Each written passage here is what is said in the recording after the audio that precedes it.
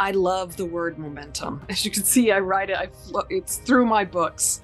And that feeling of moving in the flow to where you're supposed to go, rather than, striving immediately for that financial result. When you learn to sense, are you moving in the right direction, that financial result will come. So success to me is not the financial result. It's that learning to feel and feeling that you're in the momentum toward where you're supposed to go. The Tom Screen podcast is owned and made possible by Ethical Marketing Service. If your business is struggling with Google or Facebook ads, maybe you're frustrated figuring it out or there's a performance issue, Ethical Marketing Service has worked on hundreds of accounts and we can help in this area. We offer a 30-day money-back guarantee, and for every direct account we look after, we sponsor a child in a developing nation with food, water and education. If you would like to find out if we can help, it's a free, no salesy consultation call, and the link is in the description. Enjoy the episode.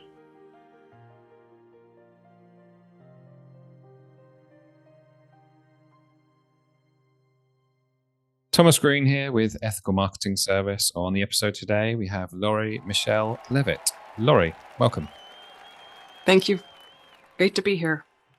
It is great to have you. Would you like to take a moment and tell the audience a little bit about yourself and what you do? Sure. I call myself the Pivot Catalyst. That's how I'm known. I help organizations not just push through a pivot, but I actually help leaders understand how to and actually execute orchestrating change within their organization, meaning getting their organization ready to change when change is needed, so that there's not a push. Interesting. So just for context, do you mind giving an example of how that might look? Sure. I think the key to that is that you're going to get change much more smoothly if people choose to change. And so what happens, let's take the pandemic, for example. We actually saw a lot of people choose to change, and organizations were surprised how quickly they were able to, quote, pivot. But people are now overwhelmed. And you're going to find as a leader that if you say, hey, I have this other significant change that we're going to do, and there's not this obvious urgent matter, that it's not so easy to create that change. Pivots aren't fast. Pivots, the realization of a pivot involves many shifts by many people over time. And how do you do that? I mean, the key is the many shifts by many people. So you as the leader directing that pivot to happen, it means that then it's like this urgent project where you're always pushing and re-explaining, and this is what we need to do. And why didn't you do it this way? Where when people understand the direction that you're headed and what it means for them, you have alignment not only between the roles and strategy, which is critical, but also between what people want for themselves and their roles. That's when people can say, oh, here's where we're headed. Okay, so now this is what I will change in my role. It's like they opt in. And they make those changes. So it requires having a safe place where people feel safe to speak out and step up, which means they know that their manager has their back and wants them to be successful. And when you bring a group together, when everyone knows that everyone cares about everyone else's success, that's powerful. Is it easy? No, of course it's not easy. But it's doable. I do it in smaller groups. And then I help leaders orchestrate within their organization. Thank you for the clarification. When did you first get into this and how did that look? Everyone has a journey. And so have I always called myself the Pivot Catalyst? No, of course not. I didn't come up with that like, oh, well, I am this, until I got the idea for my first book, which is called The Pivot, Orchestrating Extraordinary Business Momentum, and realized that that's what I've been doing all my life and how powerful that is, both in business and in life. And so in my professional career, I have been, I guess you would call it decision support, but decisions are usually made, these significant decisions where you're bringing in someone like me to help you through it, um, have to do with a significant change. There is usually some type of transformation. And that's what a pivot really is. The idea for a pivot might be that quick move, like the basketball move with your foot shift, shift, shift, shift. But a true pivot is you're turning that ship around, that organization. It's not just you. And even when it's just you, it takes time. You're not going to move from, let's say you're deeply depressed to joy in one fell swoop. It's going to take some steps, some concentrated steps and focus over time. So I think you've got, in terms of your role or your business, I think you've got coaching, and you've also got your books out. So congratulations for becoming an author. Is there anything in addition that you do? Well, I do coaching, and I'm going to say I'm a performance coach. And why I say that is because I do consulting and coaching. So I am not a therapist. I'm not the one sitting there just asking questions. I do give advice and guidance as well. And that combination I find is very powerful. And it also was very powerful for me. It required me to unlearn a lot of what I'd learned on my journey to coming through corporate and then becoming a consultant. And I have, I create software and all these quote smart people in the room, person in the room stuff, where you're saying, well, this is what you should do. You should do. And then people do it or not, to being a coach where you're actually catalyzing change through them. And it's okay if no one even knows that you were part of it, which is there's a lot of unlearning and there's a lot of ego dropping to be done when you make that shift. And I found it very, quite a gift for me. Do you remember the story of how you got your first client? So I left corporate into 2000 and started my own company. And my first client came actually pretty quickly. I had a prior boss who I actually didn't think liked me very well, which was interesting. And I got a really cool gig helping them set up a neo-pharmaceutical plant in Denton, Texas, or something like that. And I helped them with the pricing, and I helped them with the flow of compliance, and then one with General Mills, helping them find a new co-packer. And then it was right about the time when HIPAA, in the United States, we had a privacy security regulation. And it was a forced transformation of our healthcare organization. And that was a fit for me. So no one was an expert because it was a new regulation. And what I saw was that healthcare organizations were reaching out to attorneys because it's policies. And we're reaching out to medical records experts because there's protected health information.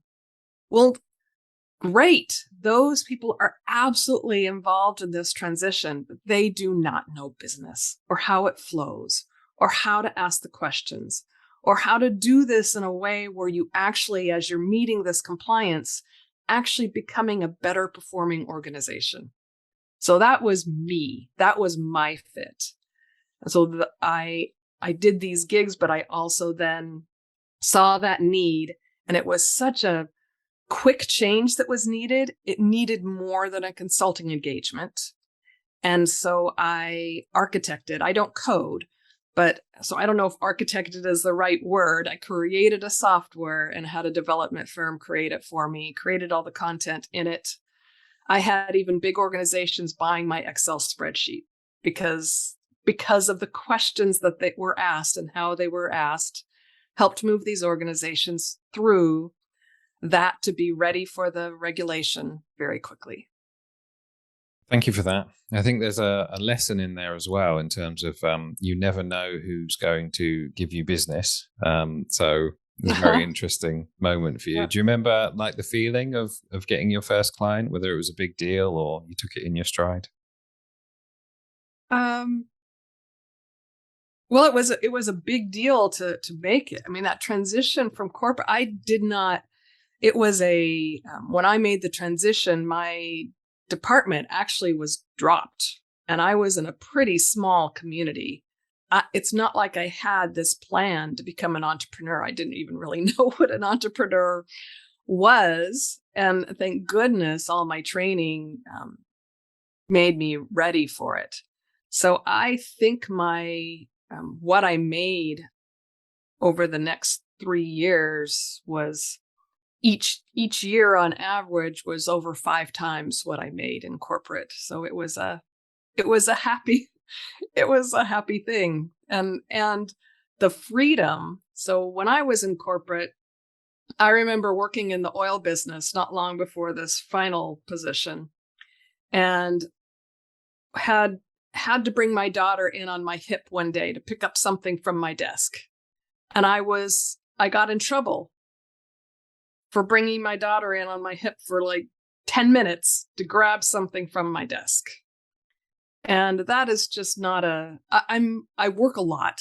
So it's not that I was striving for work-life balance, but things like that, I tell you, I did not miss when I left corporate. And what I found when I left corporate is those same types of leaders, when I wasn't in the organization and it was human resources or some administrators or whatever creating the rules, they would work around my schedule. It was just a completely different context of living. So my life really expanded. And you never look back. Yes. But I don't feel that a job should be a bad thing. Not everybody is wired to be an entrepreneur. It's hugely risky. I mean, you do not always have the money that you want. And then sometimes you have a lot of money. You do not always have the freedom that you want. And sometimes you have a lot of freedom. You always have the freedom to choose. But you do in business as well. And so having a job shouldn't be a horrible thing. And I think that's one of the, if I change anything in this world before I leave, I'd love seeing that change over time, and I love being part of it. At what point do you become an author? So similar to designing the first software, the book came from a similar place. It was 2013, and the word pivot had been around a lot in the startup world. And it was always talked about as if it was super quick. And it just isn't. And I was seeing a lot of failures, pushes, people being compliant until they're burnt out and then they leave. So it wasn't, the quick part of it wasn't real. And I knew that all the tools I had, I could just envision it of how this change is orchestrated. What do I do? And what have I seen in organizations with the work I do? And this, along with a lot of research, created that first book. And what was the process like? The process of creating a book. Well, there are several processes you go through. One is just, okay, now I'm writing. So I speak, but writing is a different thing. And so initially, to me, it came out way too academic. I mean, it's got to be something people want to read. So, so that was a challenge. I mean, now you have to write. You can have other people write for you, but that didn't fit what I wanted to do. So I wrote it. And so that was the initial process. Then I had publishers interested, but I It's probably the entrepreneur in me. I just wanted full control of the quality of what I wanted to do with it. And so I self-published. So that's another process. And then the final process, especially with the first book, is having the courage to send it out into the world and realizing that it's a gift. So why would you not? But I had to get to that point. And were you happy with it? I am very happy with it. Yes. Any feedback or any learnings from it that you took? I'm sure that there are words when I was writing the second book, I would be writing something and I would think to myself, I think I said that a little bit differently in the first book. So, life changes, context changes. Uh, we continue to learn. So maybe some of the ways I explained things in the first book, I might explain them different today, but the concepts are still absolutely valid. So the second one, most recently released, if I'm not mistaken, is called Pivot to Clarity. Who should read it, and what do you think that they will get from it? So in the first book, one thing that I wanted to do with a business book, I wanted it to be, well, there are so many business books, but so many aren't actionable. So the books that I write have the last 10 to 20% more prescriptive. If you're here, then go here, so that you can come back to the book and look at that part. I also wanted it measurable. If I'm telling organizations that they want to strive towards being in a state of what I called aligned momentum. It's just how it sounds. It's alignment plus momentum. If they're seeking to be in a state in that, how do you measure that? How do you know that you're there? How do you know that you're even making progress to get there? And so I came up with 6 key indicators, 6 indicators. This is how you measure that you are in or moving toward a state of aligned momentum. The first one is clarity. So the second book came from one that there are going to be 7 total books because there are 6 key indicators. I just happened to write this next one on the first one, which is clarity, the second book, because after the pandemic, I don't know about you, but even writing this book was difficult because, one, how do you be clear about being clear? And how do you get clear when you're in the midst of a pandemic and everything's so overwhelming? And so this one really felt like a gift. And I also, you're reading about clarity. So you can't reach clarity from, just like a lot of leadership training isn't that successful because it's training and the student hasn't been readied to be trained.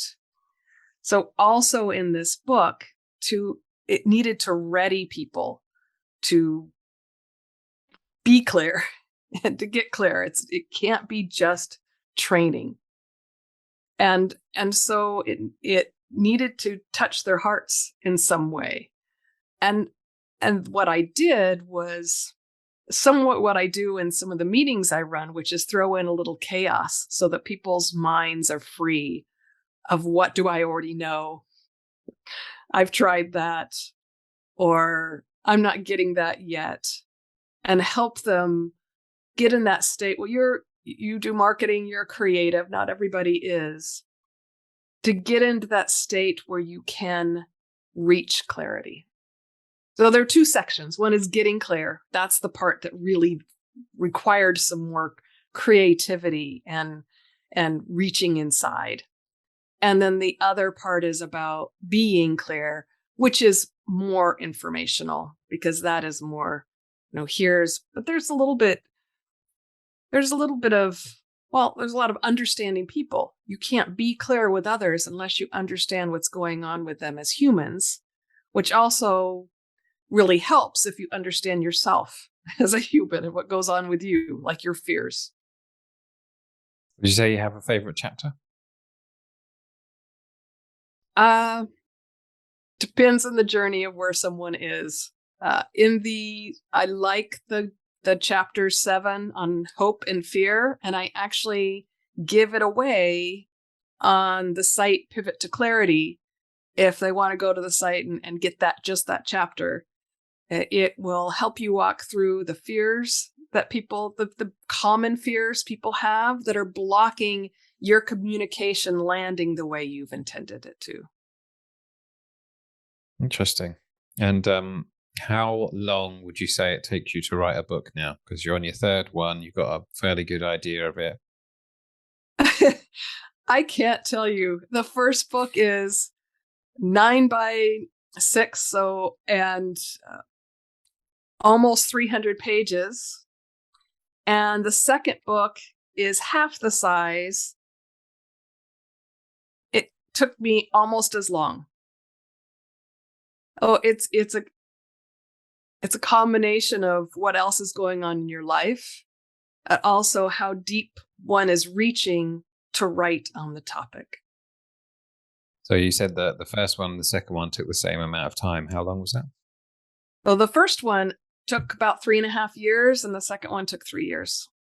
And Wow. I'm going to try to get the others out in 1.5 years each, and wish me luck. We'll see.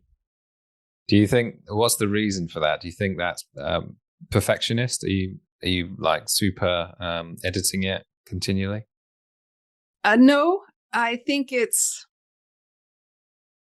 not editing. It's not editing the book, what I write. It's editing yourself and the thoughts and how you're going to speak them, and really getting clear about how you want your words to affect what that person is feeling and will do next from what you write. Well, if you're going to do a book on clarity, it's probably important that it does need to be clear. So I sort of understand. And it needed to be concise. I purposely made it a small book. And the next one that's not out yet, what's that on? So the next one is actually, of the 6 indicators, it is the 5th.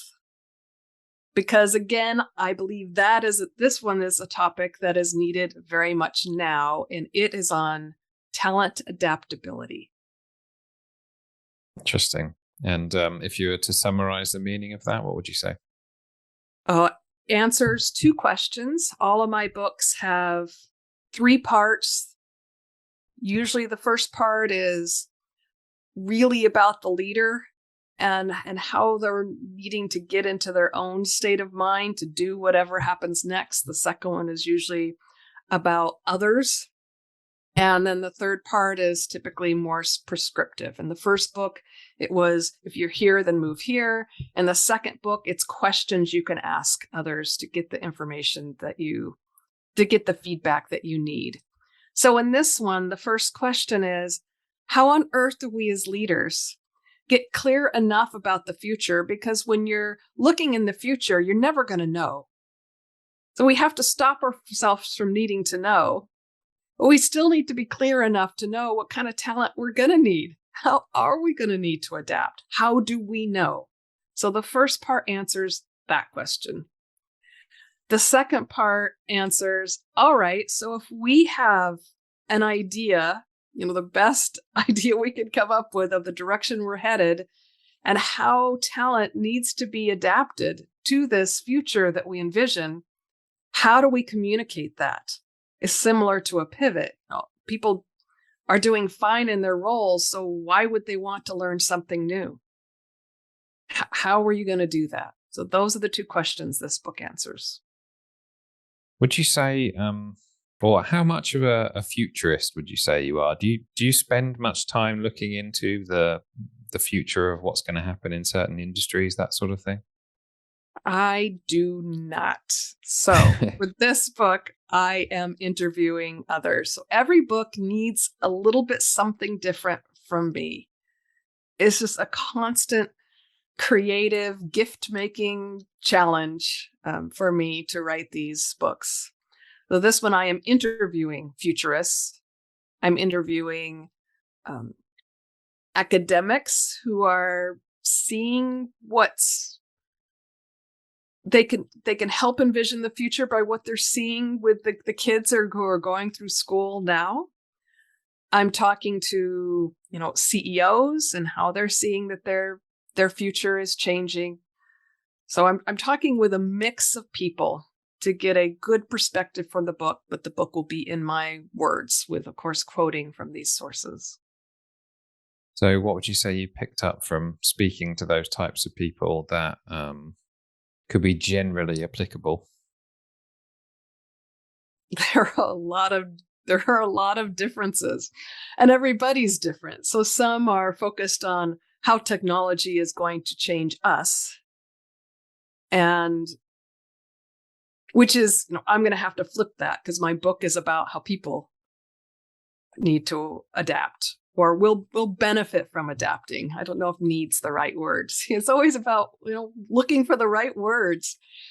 And then it's one thing I'm seeing is a lot of hope from all the people that I talk to. And I think it's in part the people that I attract. So, I reach out to and connect with people to interview people, not just based on their expertise, but about how they say what they say and what they are doing and why they're doing it. And so the people that I have around me tend to be very hopeful. And I think that those words will, hope is an opener, right? Hope will, if the book has hope in it, it will help people absorb the message. So you're optimistic about the future, basically. Mm-hmm. And I'm optimistic about our ability to adapt. We touched on your coaching and the fact that you went into entrepreneurship. What would you say that your biggest challenges have been? I'm a single mom, and so she had to come along with me for the ride of risk taking. Being part of a family with an entrepreneur is not necessarily a simple thing. It worked out great. She's great. So that's challenging. I also spend a lot of time working, so I don't get out as much socially. I take actually a lot of trips. They tend to be solo writing trips. So I just, when someone would ask me, what do you do for fun? Well, fun is a relative term. I have fun at what I do.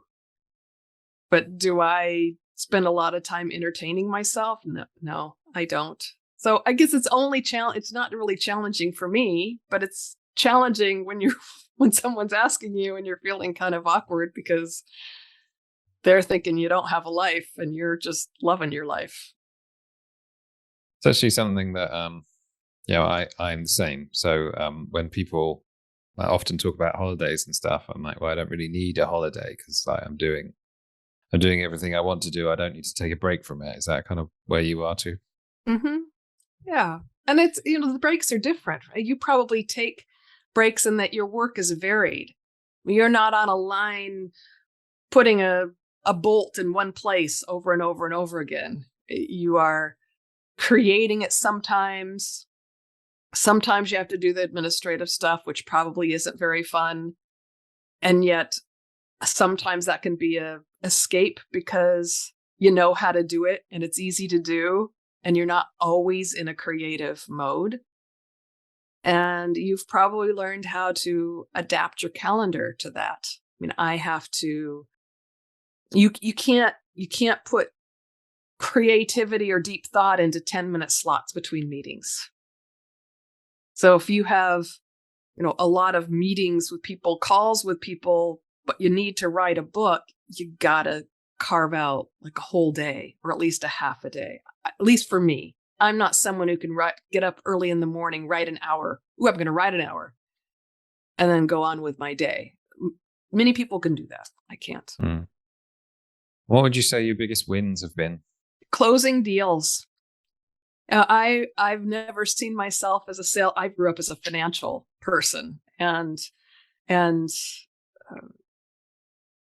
going to say decision support. So, negotiation and influence, but not sales. And I don't love the hunting part, but when you make the connection and you know it's the right fit for them, that the close and some of the deals have been really big.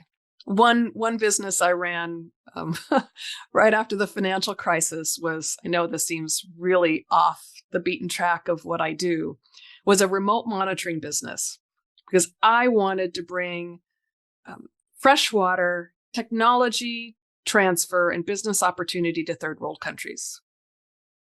So I did it.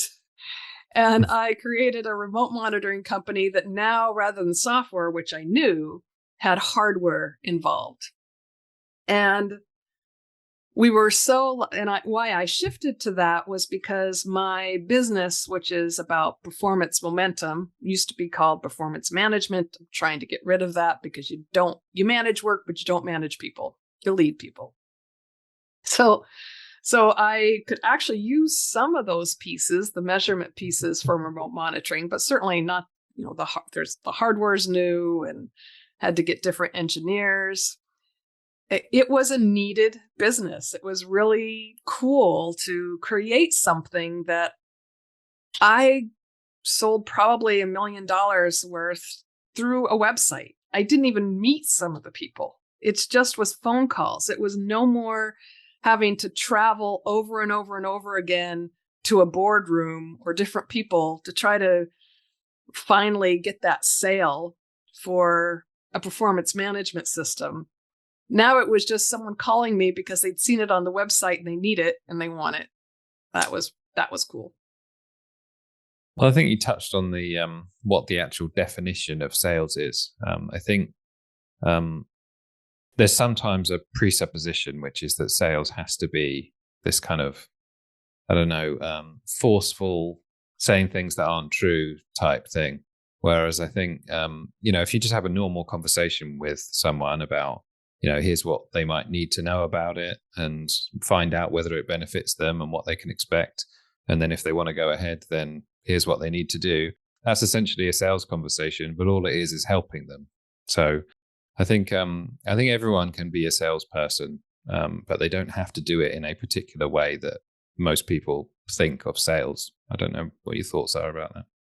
No, I totally agree. I think the biggest challenge right now is being visible, because the channels change and there's so much overwhelm. The CEOs that I work with, the leaders I work with, they're inundated with emails that come right out and say, buy this, you need this. This is what we do. You need your website updated. You need to, and they're ignoring them.